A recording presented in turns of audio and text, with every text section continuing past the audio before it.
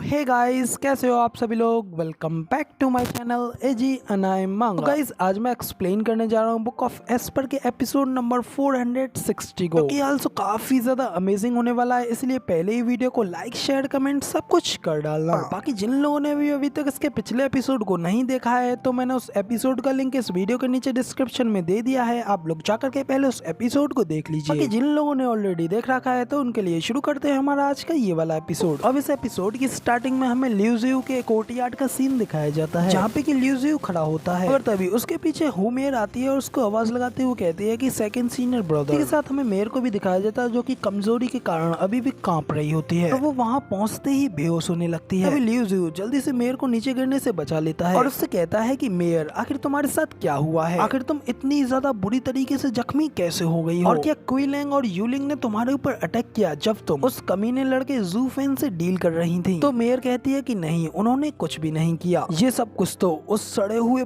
पंख का फॉल्ट है, वो तब से हमारे साथ खेल रहा था। सचमुच ये साल मेरे लिए बहुत ही ज्यादा अनलकी है। मैं इस बार एक मॉन्स्टर से टकरा गई थी, एक बीस्ट जो कि मुझे तोड़ने के बहुत ही ज्यादा करीब था। तो मेयर की ये सारी बातें सुनने के बाद लियू जियू भी परेशान होते हुए उससे कहता है, जूनियर सिस्टर, आखिर तुम ये सब क्या कह रही हो, मुझे तुम्हारी बातें कुछ भी समझ में नहीं आ रही हैं। तो मेयर भी हंसते हुए कहती है कि यहाँ पे सिर्फ तुम ही अकेले नहीं हो, यहाँ तक कि मुझे खुद भी कुछ समझ में नहीं आ रहा है। हम लोगों को ऐसा लग रहा था कि वो एक कमजोर सा मेमना है, लेकिन अब जाकर के मुझे सब कुछ समझ में आया कि वो तो एक छुपा हुआ मॉन्स्टर है जो कि किसी के भी ऊपर झपटने के लिए तैयार बैठा रहता है। और अगर मुझे पहले ही उसके बारे में ये सब कुछ पता होता तो आज मैं अपनी जान को रिस्क में डाल के बिल्कुल भी उसके पास नहीं जाती। तो इसी के साथ फिर मेयर ज़ूफेन के पास जाने के बाद उसके साथ जो कुछ भी हुआ वो सब कुछ अपने सेकंड सीनियर ब्रदर को बता देती है, जो सुनकर के तो सेकंड सीनियर ब्रदर को एक जोरदार झटका लगता है। वो हैरान होते हुए कहता है कि क्या वो बच्चा तुमसे भी ज्यादा स्ट्रॉन्गर है, मगर ऐसा कैसे हो सकता है। तो मेयर कहती है कि ऐसा क्यों नहीं हो सकता, आपको पता है कि उसने सिर्फ अपने एक ही मूव के साथ इमोवलाइज्ड कर दिया था, उसके सामने मैं बिल्कुल भी हिलडुल नहीं पा रही थी, ना ही मैं उसके सामने बिल्कुल रेजिस्ट कर पाई। अब ये सब कुछ सुनने के बाद फिर लियू जियू कहता है कि ज़ूफेन के इस तरीके की पावर्स के साथ वो हमारी सारी सिचुएशंस को चेंज कर सकता है। आखिरकार सेक्ट लीडर उसे यहाँ पे इस सेक्ट में किसी न किसी कारण से ही लाए हैं, मगर फिर आखिर उन्होंने उसे लेबर ऑफिस में क्यों फेंक दिया, और अब आगे सेक्ट लीडर क्या करना चाहते हैं, हमें जरूर ही कुछ ना कुछ तो करना होगा। तो ये सुनकर के तो हुमेर को भी एक झटका लगता है और वो अपने सेकंड सीनियर ब्रदर से कहती है कि सेकंड सीनियर ब्रदर, इतनी ज्यादा जल्दबाजी करने की कोई जरूरत नहीं है, हम उस लड़के को बिल्कुल भी नहीं हरा सकते, तो इसलिए उसको कोई भी ताना मत मारिए, और वैसे भी आज से हम उसकी बेड साइड पर आ गए हैं, तो इसलिए ऐसा कुछ भी ना करें जिसका कि हमें बाद में कोई पछतावा हो। ये सब सुनने के बाद फिर लियू जियू कहता है कि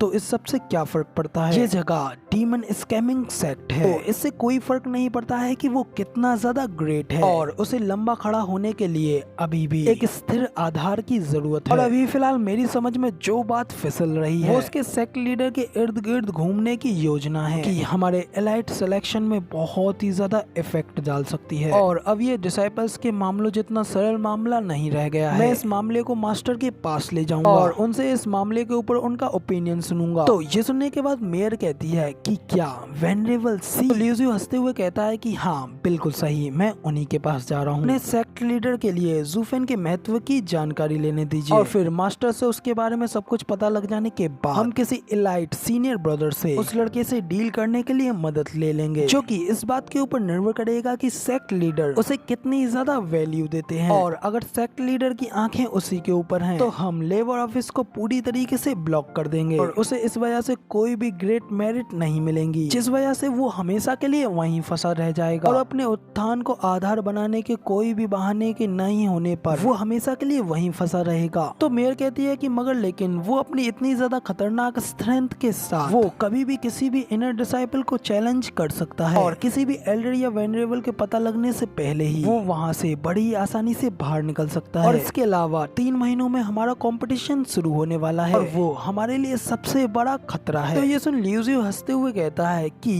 फिर तो ये और भी ज्यादा आसान है, अगर हम उससे मिलते हैं तो हम बस सिर्फ उसे गवा देंगे। जूनियर सिस्टर, अगर तुम एक बार एंड होने के बाद में लेबर ऑफिस में पहुंच जाती हो तो फिर वहां जाकर के तुम्हारा फ्यूचर पूरी तरीके से तबाह हो जाएगा। लेबर ऑफिस में पहुंचने वाला हर एक व्यक्ति या तो क्रिमिनल है या फिर कोई एक ऐसा व्यक्ति जैसे कि रिजेक्ट कर दिया गया है, और बिल्कुल एग्जैक्ट एग्जैक्टली क्विलिंग और यूलिंग की ही तरह, जिन्होंने की वहाँ पे असुरा सर्कल को बनाया। लेवर्स वहाँ पे सबसे नीचे पायदान पर हैं और चाहे वो कितनी भी मेहनत कर ले, कितने भी ज्यादा मजबूत हो जाए, वो फिर भी कभी दोबारा से डिसाइपल नहीं बन सकते और सिर्फ एल्डर्स और वेनरेबल प्रीसियस इनर डिसाइपल्स को ही सेफ गार्ड करते हैं। और ज़ूफेन एक लेवर डिसाइपल है, ना कि कोई क्रिमिनल। इसका मतलब वो उनके लिए एक कीड़े से भी ज्यादा लोअर है। तो इससे कोई फर्क नहीं पड़ता है कि वो अपनी स्ट्रेंथ को कितना भी ज्यादा प्रूव क्यों ना कर दे, वो ज्यादा से ज्यादा एक एल्डर या फिर वेनरेबल ही बन पाएगा। मगर जब तक, तो मेयर भी हैरान होते हुए कहती है कि मगर जब तक क्या। तो इसी के साथ फिर ल्यूज़ू थोड़ा सीरियस टोन में कहता है, जूनियर सिस्टर मेयर, इससे कोई फर्क नहीं पड़ता, ये बिल्कुल ही इम्पॉसिबल है, क्योंकि जब तक कि वो इस दुनिया को अपनी बैक के ऊपर नहीं झुका लेता है और ये पूरा सेक्ट उसे एक्नॉलेज ना कर ले, उसके पास एलाइट बनने का सिर्फ एकमात्र यही तरीका है, उसे इस पूरी दुनिया को अपने नीचे झुकाना होगा और अपने आप को प्रूव करना होगा, वरना तो इस सेक्ट के रूल्स उसके लिए कभी नहीं टूटेंगे और फिर वो कभी भी एलाइट डिसाइपल्स की रैंक में नहीं आ पाएगा। वो कहते हैं कि हाई वेनरेबल लेवर ऑफिस से भी आते हैं, जिनकी की पावर बिल्कुल ही अनस्टॉपेबल होती है और वो ही इस सेक्ट में सबसे ज्यादा हाईएस्ट होते हैं, मगर फिर भी वो स्टिल होते तो एक वेनरेबल ही हैं, जो कि एक सेक्ट लीडर से तो ओहदे में छोटे ही होते हैं। और यही एक रूल है जो कि इटर्निटी के अंत तक कभी भी चेंज नहीं होता और इसका मतलब है कि ज़ूफेन और हम कभी भी एक दूसरे के पाथ को क्रॉस नहीं करेंगे। तो इसलिए इस सब को ऐसा ही होना चाहिए। लेकिन मुझे तो चिंता है कि सेक्ट लीडर उसे यहाँ डिसाइपल्स से निपटने के लिए नहीं, बल्कि पुराने लोगों से निपटने के लिए उसे यहाँ लेकर के आए हैं। और अगर ये सिचुएशन नहीं सुलझती है तो फिर हमारी संरचना जरूर बदल जाएगी। तो अब इधर अपने सेकंड सीनियर ब्रदर की ये बात सुनने के बाद में मेयर भी थोड़ी परेशान हो गई होती है, मगर तभी इसी के साथ यहाँ पे हमारा सीन चेंज होता है और अगला सीन हमें ज़ूफेन और यूएर का दिखाया जाता है। यहाँ पे कि यूएर ज़ूफेन के साथ उस जगह पे आने के बाद चीख मारती है और उस जगह को देखने के बाद अपने मन में कहती है कि आखिर ये कैसी वियर्ड प्लेस है और मैं कम से कम 6 layer of profound heaven realm में हूँ, लेकिन फिर भी मुझे इस ठंडी हवा में सर्दी हो रही है और आखिर ये किस तरीके की जगह है। कि आगे यूएर से आगे ज़ूफेन चलते हुए उससे कहता है, यूएर अब से यहाँ पे तुम